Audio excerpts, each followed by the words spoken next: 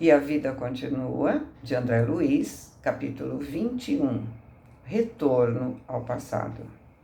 As advertências de Ribas e a presença de Evelina a curta distância foram argumentos que constrangeram Fantine a revigorar no autocontrole. Finda a longa crise de lágrimas diante da surpresa que situava a senhora Serpa em nova posição no mundo de sua alma, reconhecia-se outro. Sofreu modificações nos mais recônditos mecanismos da mente, ou seja, os 2 anos de estudo foram muito importantes para ele, né? A exposição de Desidério, franca e livre, sacudindo-o para reconhecer a extensão de suas próprias fraquezas, abateu seu orgulho. No entanto, as entranhas do seu coração clareavam para buscar vida nova. Apesar de algo atordoado, ergueu-se a custo do chão e se arrastou até o local em que a moça o esperava. Então, Desidério, mostrando as fraquezas dele, né? Mexeu com o seu orgulho, mas o levou a querer buscar vida nova. É sempre assim, né? Quando ficamos frente a frente com a verdade, ou nos entregamos ao ai, coitadinho de mim, ou encaramos nossos erros e aproveitamos para crescer. E foi isso que ele quis fazer, né? Aproveitar os erros para a ciência dos seus erros para crescer, né? Evelina se entretinha em amistosa conversa com desencarnados doentes que visitavam o sítio sob a vigilância dos enfermeiros atentos em busca das emanações nutrientes do mar. Então vamos lembrar que os espíritos nos levam para junto do mar para o nosso refazimento, encarnados ou desencarnados. Às vezes, quando a gente não está bem, eles nos levam, quando a gente está dormindo, né, para junto do mar, ou quando o desencarnado também, né, recebe esses nutrientes que o mar emana. Um exemplo bem marcante, a gente já viu a gente já viu em vários livros, né? Mas no livro Voltei, do irmão Jacó, ele conta isso, assim, logo no começo, quando ele conta o desencarne dele, ele já fala que foi levado à beira do mar para se refazer. E André também já falou tanto da mata, né, do campo, quanto do mar. Porém, avistando o amigo que se aproximava cambaleante, foi correndo ao seu encontro, a Evelina, né? Ô Ernesto, por que está fatigado assim? Exclamou inquieta, ao mesmo tempo que o auxiliava a sentar-se na areia. Ele não relutou em recolher o seu apoio e, assim que a viu acomodar-se ao seu lado, colocou a cabeça entre as mãos no gesto de quem sentia dificuldade para carregar o pensamento em fogo e balbuciou chorando. Ah, Evelina, Evelina, concordo agora que somos dos mortos que não tiveram as orações dos vivos. Ou seja, não deixou saudades, né? Não distribuiu amor, ninguém sentiu a falta deles. Ai de mim, os corações que eu mais amava se fecharam para sempre com a pedra que de certo selou os meus restos físicos. Torno de minha casa como um réprobo. Oh, meu Deus, meu Deus! A companheira se empenhou a reconfortá-lo, rememorando a sua própria experiência de horas antes, mas o desolado amigo contraditou em profundo abatimento. Não, não. Você foi vítima de ingratidão, ao passo que eu recebi a condenação que mereci. Você ganhou o insulto, a mim coube o castigo. Ernesto desejava arrebentar-se em notícias do sucedido, confiar as revelações que passou a saber, mas suas forças escasseavam, apenas o pranto a deslizar-lhe em ondas. No entanto, em poucos momentos, a perplexidade e a aflição de ambos se viram atenuadas com a vinda do carro voador, que transportou da Via Anchieta à praia do Mar Casado, a praia do Guarujá, onde se achavam, a fim de conduzi-los a São Paulo. Ribas escutou as súplicas do pupilo torturado e expediu ordens de caráter urgente para que os dois tutelados do Instituto de Proteção obtivessem imediata cobertura. Então, aqui nós vemos o quê? O poder da oração. Eles oraram, foram atendidos imediatamente. Evelina escorou o companheiro e o instalou no veículo que se elevou a grande altura. Por mais tentasse conversa, não colhia dele senão monossílabos. Fantini silencioso, evidenciando através do olhar triste e esgazeado o vulcão de sentimentos contraditórios que explodia no seu peito. Alguns minutos de voo e, atendendo-se a instruções de Ribas, os dois viajantes foram internados em departamento de repouso de uma das casas espíritas cristãs, que honorificam a vida paulistana, onde Ernesto começou a receber os cuidados preciosos a fim de se desvencilhar do trauma de que foi acometido. Então, perceba que eles não foram levados de volta para onde eles estavam morando, mas sim para uma casa espírita em São Paulo. Todas as casas espíritas cristãs têm postos de socorro espiritual. E por que ele fala casa espírita cristã? Porque tem casas que se dizem cristãs, mas que não se apoiam no Evangelho, não praticam verdadeiramente as lições de Jesus, não ensinam o Evangelho, nem o colocam em prática. Convenientemente amparado, através de recursos magnéticos em círculo de oração, acalmou-se para refazimento. Então, quando vamos ajudar energeticamente alguém, nós fazemos da mesma forma que o plano espiritual, ou seja, nós colocamos a pessoa no centro de um círculo, porque esses círculos energéticos auxiliam a reorganizar as energias dos chakras, realinhar os chakras. Então, voltando, né? Convenientemente amparado através de recursos magnéticos em círculo de oração, acalmou-se para refazimento, sob a assistência da companheira, e então, com suas energias reharmonizadas, ele perguntou à amiga com inflexão de infinita amargura: Evelina, seu pai tinha o nome de Desidério dos Santos e seu padrasto é Amâncio Terra? Sim, meu nome inteiro é Evelina dos Santos Serpa.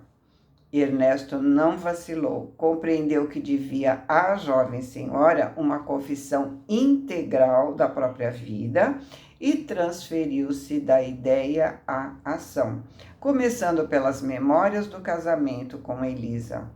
E, à frente do espanto da companheira, embora pinceladas a traços ligeiros, as cenas do passado se desdobraram uma por uma.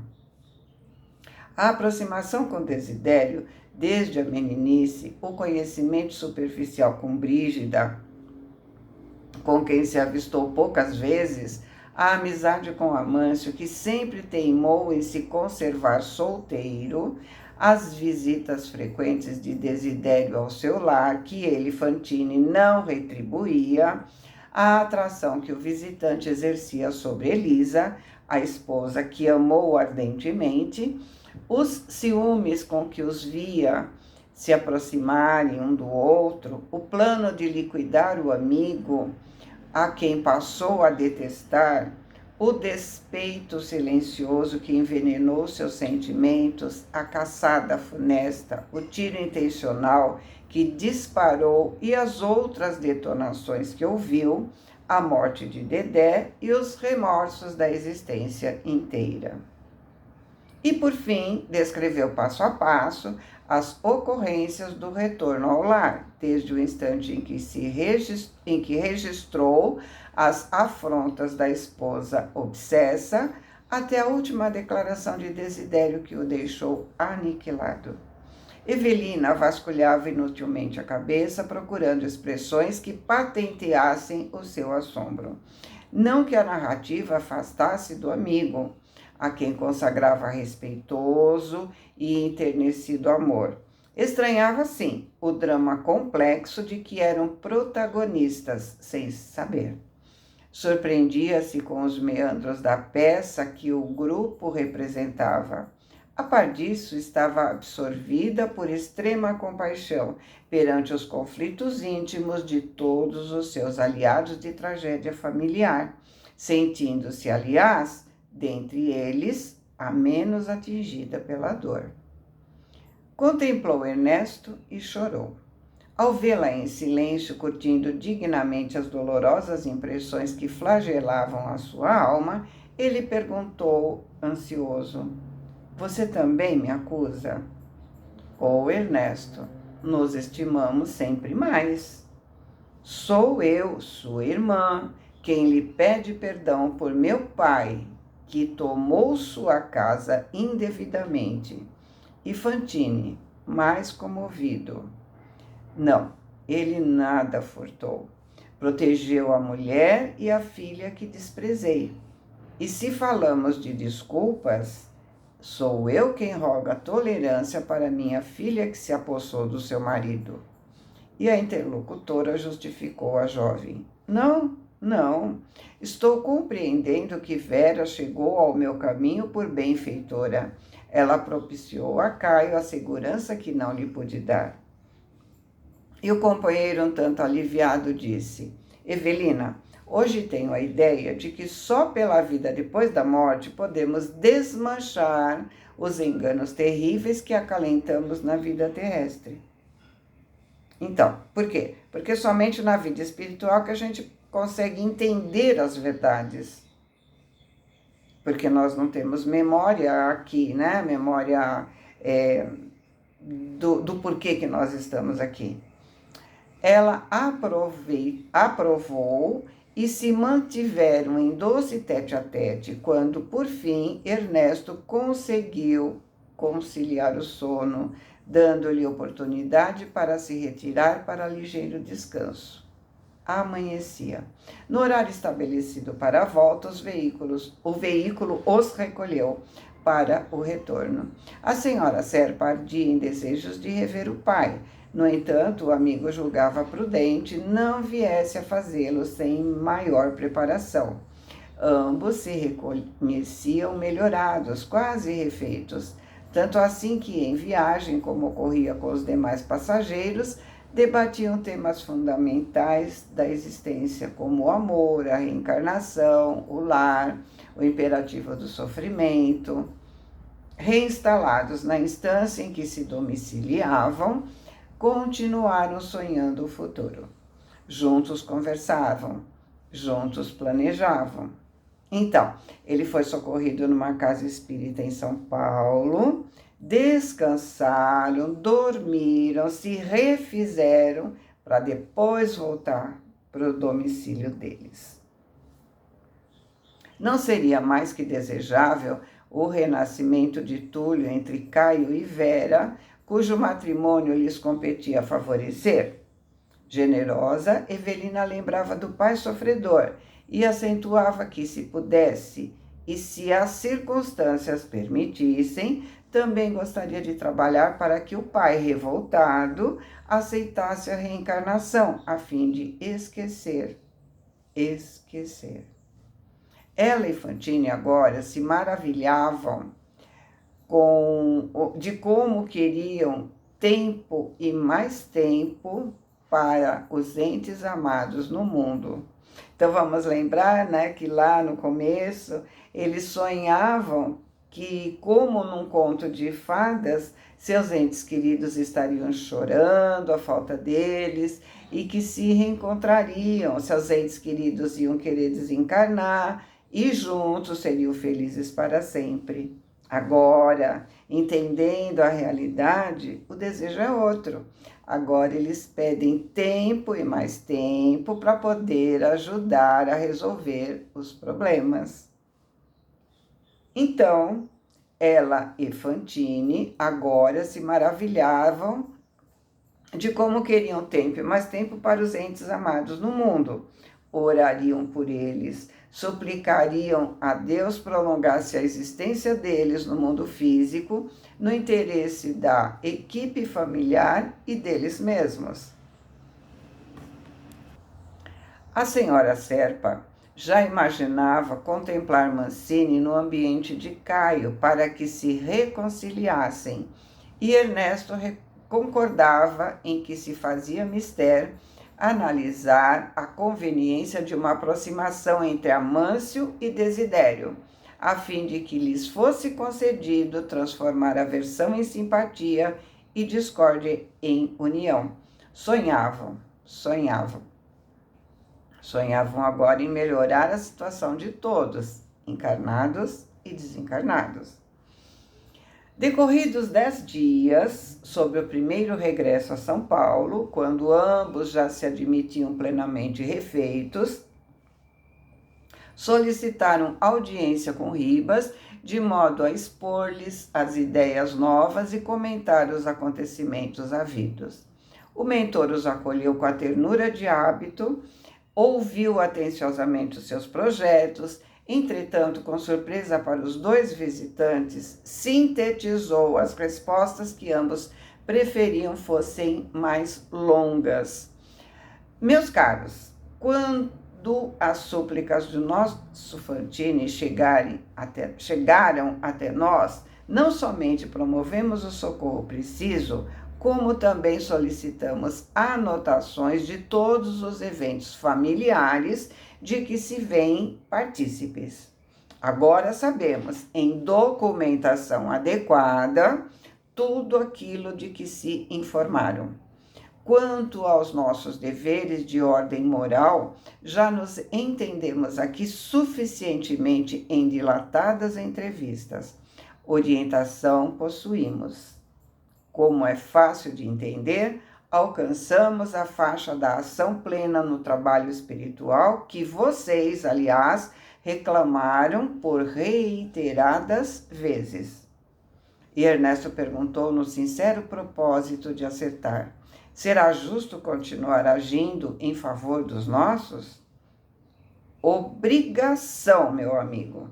Isso é nossa obrigação, declarou Ribas. Os que conhecem precisam auxiliar os que ignoram, e não apenas auxiliar simplesmente, mas auxiliar com muito amor. Então, quem sabe mais precisa ajudar quem sabe menos, né? Aos que muito é dado, muito será cobrado. Evelina timidamente se animou a dizer: acaso nos será lícito mentalizar reencarnações para Mancini e meu pai em futuro próximo? Como não, minha filha? Mas, para isso, é indispensável estabelecer dados concretos com planejamento exato. Olha o que ele diz: dados completos e planejamento exato. Por isso, ele foi buscar os dados quando o Ernesto pediu ajuda. Vamos lembrar lá no capítulo 13 do Livro dos Missionários da Luz, nós vimos toda uma logística de reencarne, né? E também vimos no livro Memórias do Suicida, lembra? Sem dúvida, somos uma família só perante a divina providência. E estamos todos interligados com o dever de assistência mútua. A evolução é nossa lenta caminhada de retorno para Deus. Os que mais amam vão à frente, traçando caminhos aos seus irmãos. Então, o que sabe mais, ajuda o que sabe menos, né? Saber é aumentar a capacidade de amar. Estimaríamos alguma indicação, algum conselho para começar, aventou Fantini, evidenciando a preocupação de quem não desejava ser importuno. E o orientador resumiu: estamos com esclarecimentos de 10 dias passados. Enviarei observador imparcial, então alguém que não está envolvido na trama, né, para não dar palpite baseado no achismo, tá? Então ele diz: eu enviarei observador imparcial ainda hoje a São Paulo, para conhecer as condições gerais dos irmãos implicados no assunto, ao passo que vocês dois, amanhã mesmo, poderão visitar o sul paulista, buscando o necessário contato com os familiares que ainda não puderam rever. De volta, amanhã à noite, entraremos em estudos produtivos, uma vez que disporemos de elementos esclarecedores, atuais e corretos. O entendimento foi encerrado. No dia seguinte, em condução regular da cidade espiritual para o mundo físico, os dois amigos atingiram a cidade em cujos arredores Amâncio edificou o ninho doméstico. Então vamos lembrar que eles pediram trabalho. Então, vamos trabalhar. Mas eles ainda não têm evolução suficiente para volitar. Portanto, eles precisam de uma condução regular. Então, veja bem como quando a gente fala, né? Nenhuma oração fica sem resposta, nós estamos sempre sendo ajudados. Olha o que ele falou, é uma condução regular, ou seja, eles estão sempre por aqui.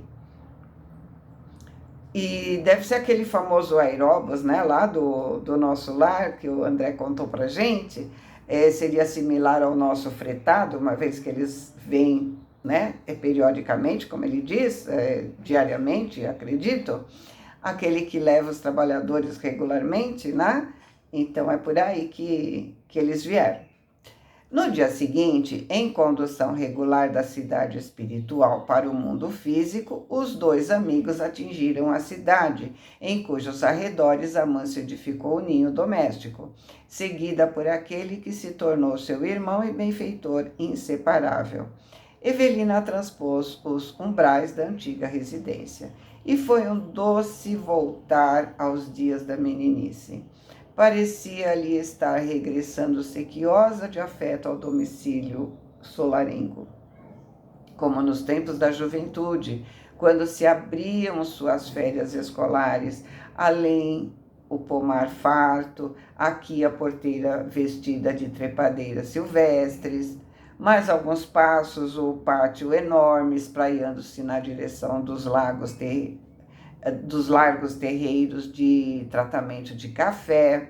Apoiando-se no braço do amigo, a moça caminhou até a porta de entrada, sob o império das reminiscências que dominavam sua alma.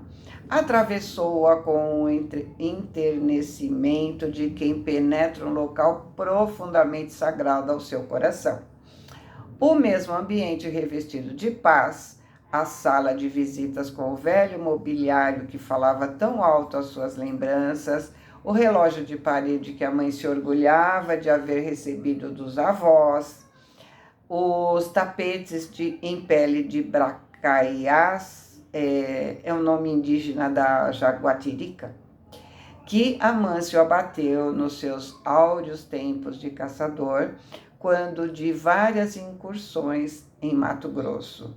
O lustre de 5 lâmpadas a penderem do teto e o piano em que tantas vezes acompanhou extasiada os ágeis dedos maternos nas interpretações de Chopin. Uma surpresa a banhou de alegria. Na parte superior do instrumento, ao lado de esquecidas composições musicais, estava uma foto que a retratava na juventude. E junto a essa recordação de família, uma rosa desbotada lhe comunicava a ternura materna. A moça correu para a varanda lateral em que Amâncio e a esposa costumavam descansar após as refeições e ali os encontrou em serena conversa, cada qual em sua poltrona. Então, dominada por indizível emoção, ajoelhou-se diante da mãe, cujo rosto descobria mais rugas, emolduradas por mais amplas faixas de cabelos brancos. E, depondo a cabeça em seus joelhos, chorou convulsivamente, como o fazia nas contrariedades e caprichos da infância. Dona Brígida não registrou sua presença, em sentido direto. Entretanto, parou o olhar cismarento no arvoredo próximo, sentindo, de repente, intraduzíveis saudades da filha. As lágrimas se represaram e não chegaram a cair. Que vontade de rever minha querida Evelina! E esta que captava seus pensamentos respondia: mamãe, mãezinha, eu estou aqui. Escoados alguns minutos de silêncio, o dono da casa, que ainda se achava sob a curiosa observação de Ernesto, a examinar nele os estragos do tempo, endereçou expressivo olhar à companheira e perguntou: por que parou a conversa, meu bem? Pensando em quê? Sua voz se carregava de gentileza característica do homem que não se permite deteriorar a devoção pela mulher depois do casamento, surpreendendo Fantine pela delicadeza com que se vazava. Não sei explicar, Amâncio, anotou Brígida, mas venho sentindo imensas saudades de nossa filha. 2 anos de ausência. E mais concentrada, por que haveria de partir assim tão cedo? Tolinha, objetou o marido com admirável desvelo. O irremediável pede esquecimento. O passado não volta. Porém, creio que haverá outra vida na qual os que muito se amaram neste mundo se encontrarão. Os filósofos dizem isso, mas os homens práticos afirmam, e com razão, que nada se conhece dos finados, além da certidão de óbito. Nesse momento, Ernesto tateou sua cabeça com uma das mãos como a pesquisar seus pensamentos não manifestos e identificou cravadas na sua memória as cenas vivas do assassínio de Desidério, profundamente bloqueadas nos cantinhos da mente. No entanto, algo lhe dizia no íntimo que não lhe era lícito, ou seja, não seria útil, convocar o espírito do companheiro a qualquer estado negativo, absolutamente inútil, quando tudo lhe fazia crer que Amâncio se transformou num esteio de trabalho respeitável para famílias numerosas. Via-o ali, não somente devotado e terno para com a mulher, que foi sua vítima, porque também era fácil adivinhar a sua condição de administrador estimado e digno, através dos empregados tranquilos e felizes que se aglomeravam em redor da sua casa. E pensava, além disso, por que haveria de acusá-lo se ele, Ernesto, apenas não exterminou Desidério por falta de pontaria? Perante Deus e a própria consciência, não seria tão criminoso quanto o amigo que teve a infelicidade de atingir o alvo? Semelhantes reflexões escaldavam sua cabeça, quando escutou Evelina, que se queixava em pranto para o coração materno.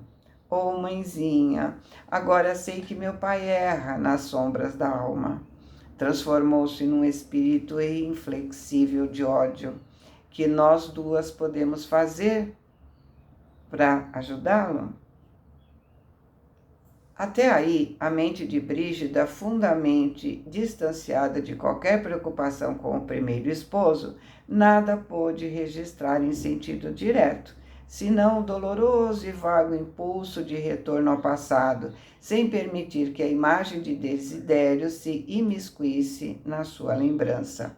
Mas a filha insistiu. Auxilie, mãezinha, auxilie meu pai para que volte à vida terrestre. Quem sabe a senhora e meu pai Amâncio vivem quase sós nesta casa. um menino, um filho do coração. Nesse trecho da súplica filial, a mãe se deixou empolgar pela ideia de que ela e o segundo esposo estavam envelhecendo no corpo físico, sem qualquer descendente, e que uma criança adotada por eles seria talvez um apoio para o futuro.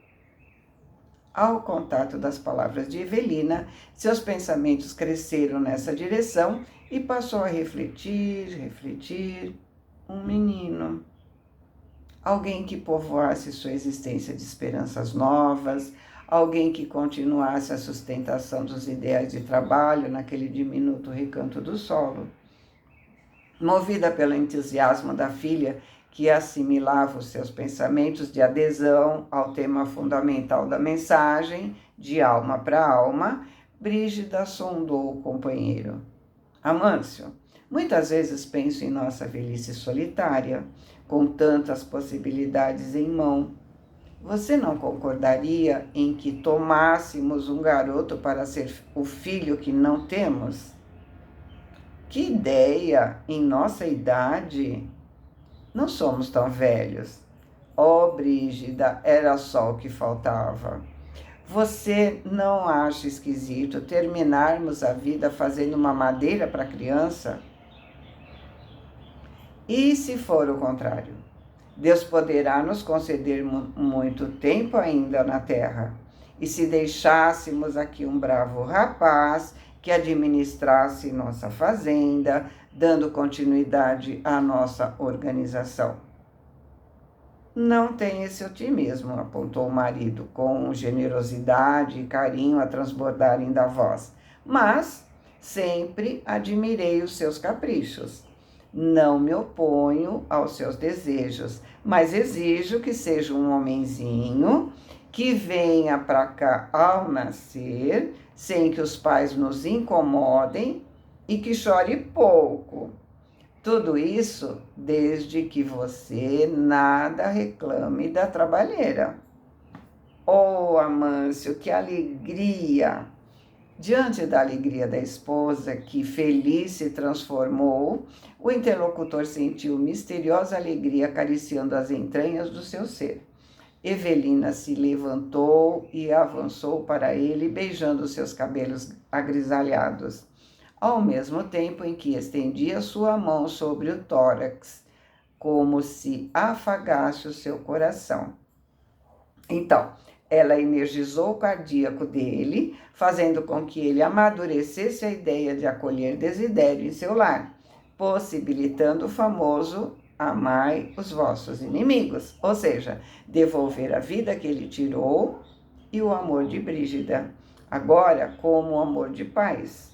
Vejam que não importa se o filho é biológico ou adotado, sempre existe uma logística por trás de cada encontro de almas. Recebemos como os filhos amados aqueles que precisam nos perdoar ou que nós precisamos perdoar. Esses estudos nos ajudam a entender Jesus, porque sempre nos perguntamos como podemos amar os nossos inimigos? Impossível! Olha a espiritualidade nos ensinando que sim, é possível. Vamos lembrar que Ribas falou nesse capítulo, somos uma família só perante a divina providência. E estamos todos interligados com o dever da assistência mútua. A evolução é nossa lenta caminhada de retorno para Deus.